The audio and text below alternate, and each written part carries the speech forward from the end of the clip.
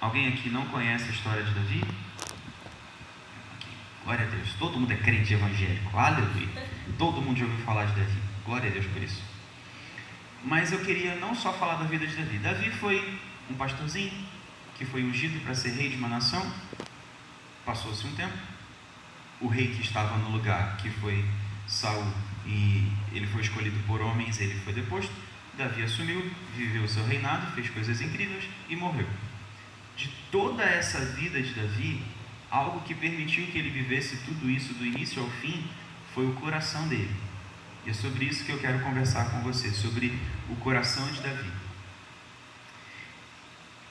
Davi, ele foi um homem bom? Essa parte a gente interage. Eu pergunto e aí vocês respondem. Davi foi um homem bom? Sim. Sim, ok. Davi foi um homem justo? Sim. Sim, foi um homem. Ele erra, tá? Não estou dizendo que ele foi perfeito, mas ele foi um homem justo. Com seus erros, ele foi um homem justo.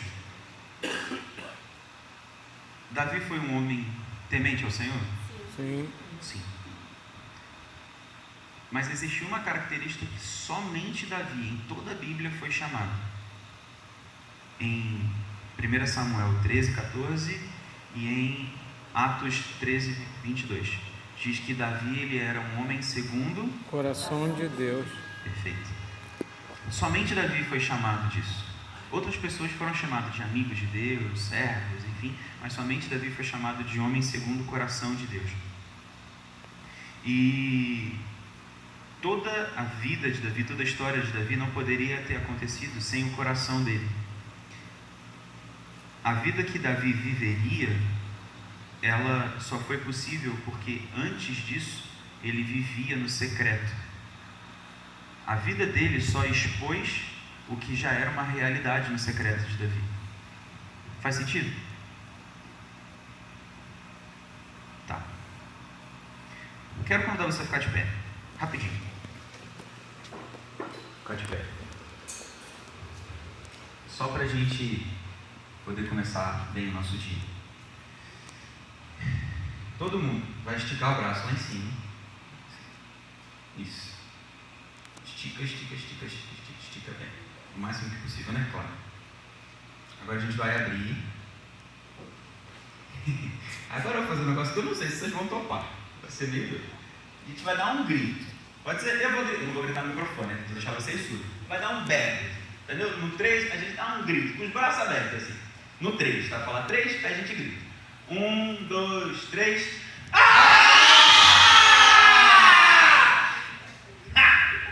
Bom dia. Pode se sentar. Isso foi constrangedor para alguém? Não. Ok. Foi legal. Mas talvez em um outro lugar, em uma outra circunstância, isso pudesse ser constrangedor. Certo? Não foi constrangedor porque estão em casa, certo? Estão com pessoas que vocês amam, estão com pessoas que vocês já conhecem. E sem contar que o doido que está aqui na frente fez isso também. Então assim, né? Se do nada alguém levantasse e fizesse isso, imagina o Gustavo levantar e gritar. O bichinho não consegue nem imaginar isso, a cara dele ali, ó. Seria extremamente constrangedor. Mas é interessante porque Davi, ele não se importava muito com essas vergonhas. É verdade. Ele não se constrangia. Sabe? Ele se submeteu a algumas coisas que provavelmente a gente não se submeteria. O clássico emblemático é quando ele finalmente resgata a Arca da Aliança, traz de volta para Israel, e aí ele entra dançando, certo? Todo mundo já ouviu essa passagem? Ele entra dançando, extremamente expressivo, e aí ele tá pulando, tá doidão assim, tá... Doidão no bom sentido, gente, me perdoa pelo uso da palavra. Ele está extremamente alegre, é isso que eu quis dizer, me perdoa. Só que ele está usando roupas sacerdotais. E assim, as roupas sacerdotais, elas têm uma peculiaridade um pouco complicada, que é um roupão, e debaixo do roupão não tem nada, tipo assim, nada. E aí nessa expressividade toda, Davi, ele levantando as pernas, ele pulando, ele dançando, o que acontece com a roupa? Ela dá uma subida, E aí ela expõe as vergonhas e ela expõe as intimidades do rei. Ela expõe o íntimo de Davi, literalmente. E aí o que acontece? Tem uma pessoa que, vendo isso, fica aterrorizada. E ela vai e briga com Davi. Essa pessoa é sua esposa, Mical. E ela fala: como pode o rei de Israel se comportar assim e agir dessa forma? É vergonhoso. E aí Davi, ele fala algo que é pontual demais. Ele fala, ele manda, né? Eu vou ficar quieto. Vamos abrir isso para a gente ler? Deixa eu só achar aqui.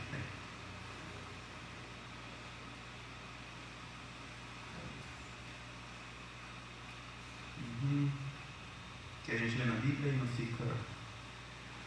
Vamos ver 2 Samuel 6, 22. Acho que é isso. Se não for, a gente acha. 2 Samuel. Aqui mesmo.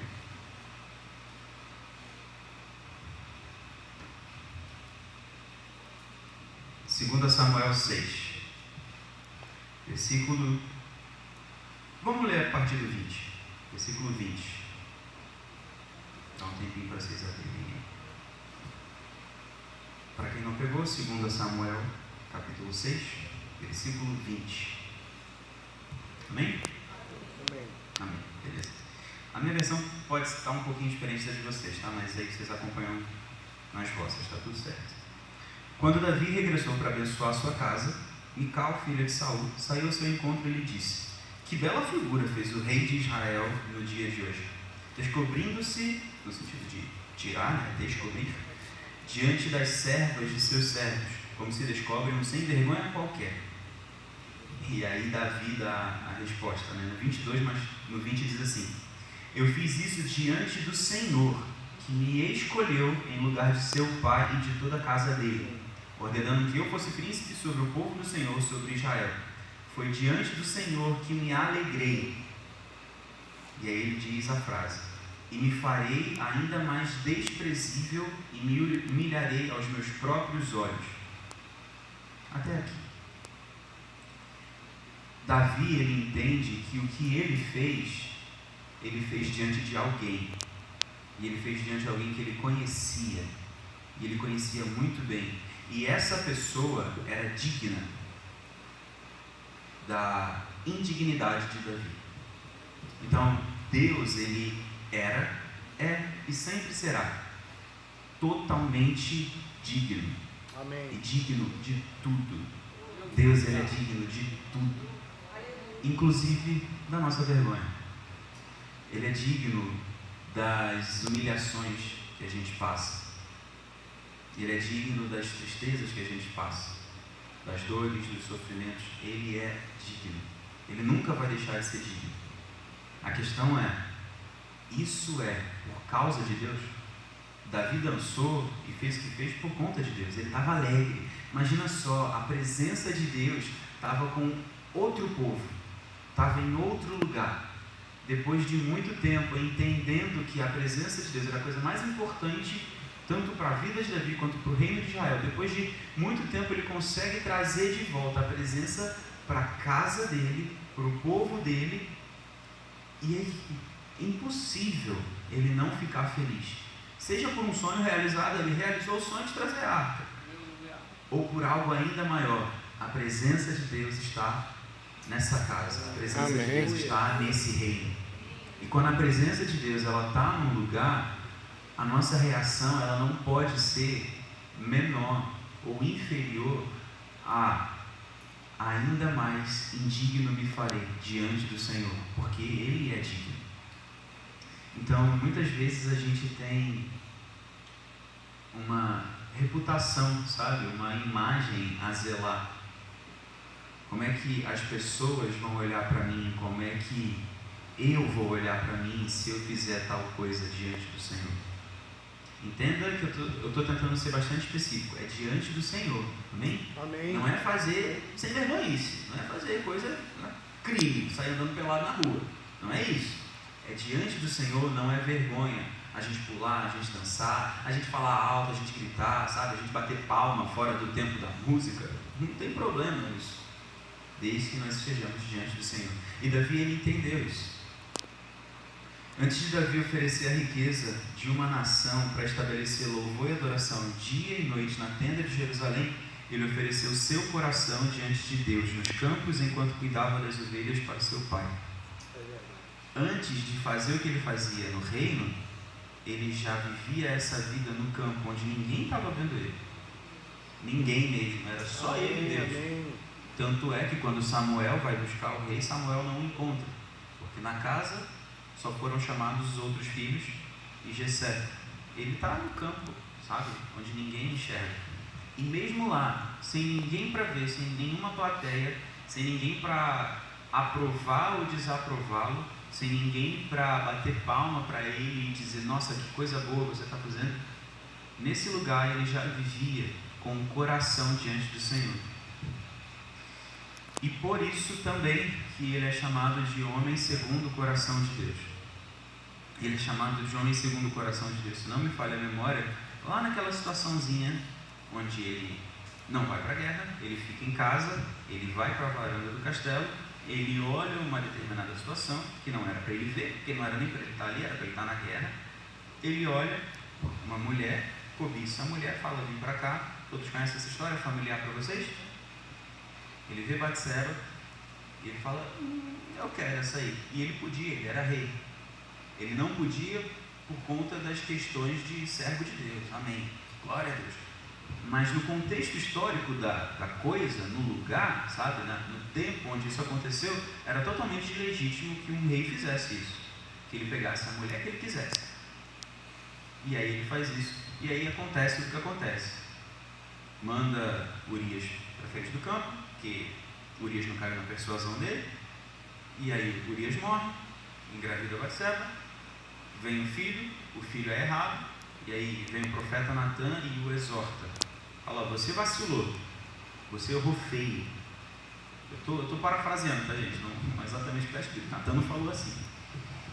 Mas fala, você agiu de uma forma que não agrada ao Senhor. E isso tem consequência. E aí a reação de Davi, qual foi a reação de Davi? Foi dar alguma desculpa? Mas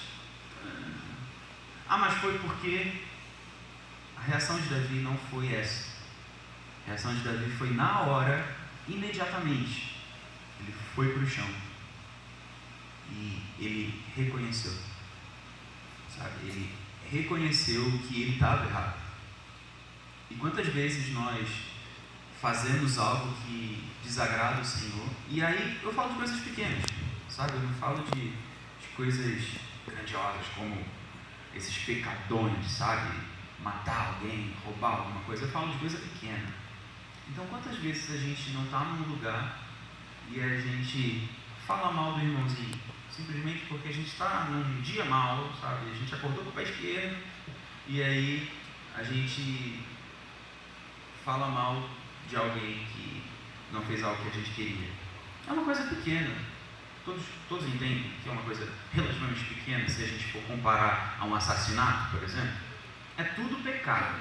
Não existe pecadinho e pecadão. Todos são pecados. Mas no quesito de consequência, provavelmente eu não vou ser preso por fazer uma fofoca. Vou. Normalmente não. Ainda mais se eu fizer uma fofoca sobre, sei lá, meu pai.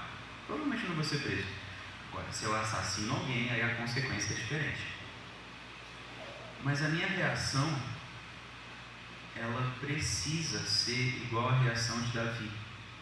Não igual à reação que a gente tem de inventar desculpas e inventar manobras para que a gente possa sair daquela situação, sabe? A gente deu uma escapada e a nossa pena e a nossa consequência seja aliviada. A gente tem que reconhecer, caraca, mano, não era para eu ter me permitido falar mal do fulano. Não era para eu ter me permitido responder a mesma moeda, sabe? No mesmo tom de voz, por exemplo.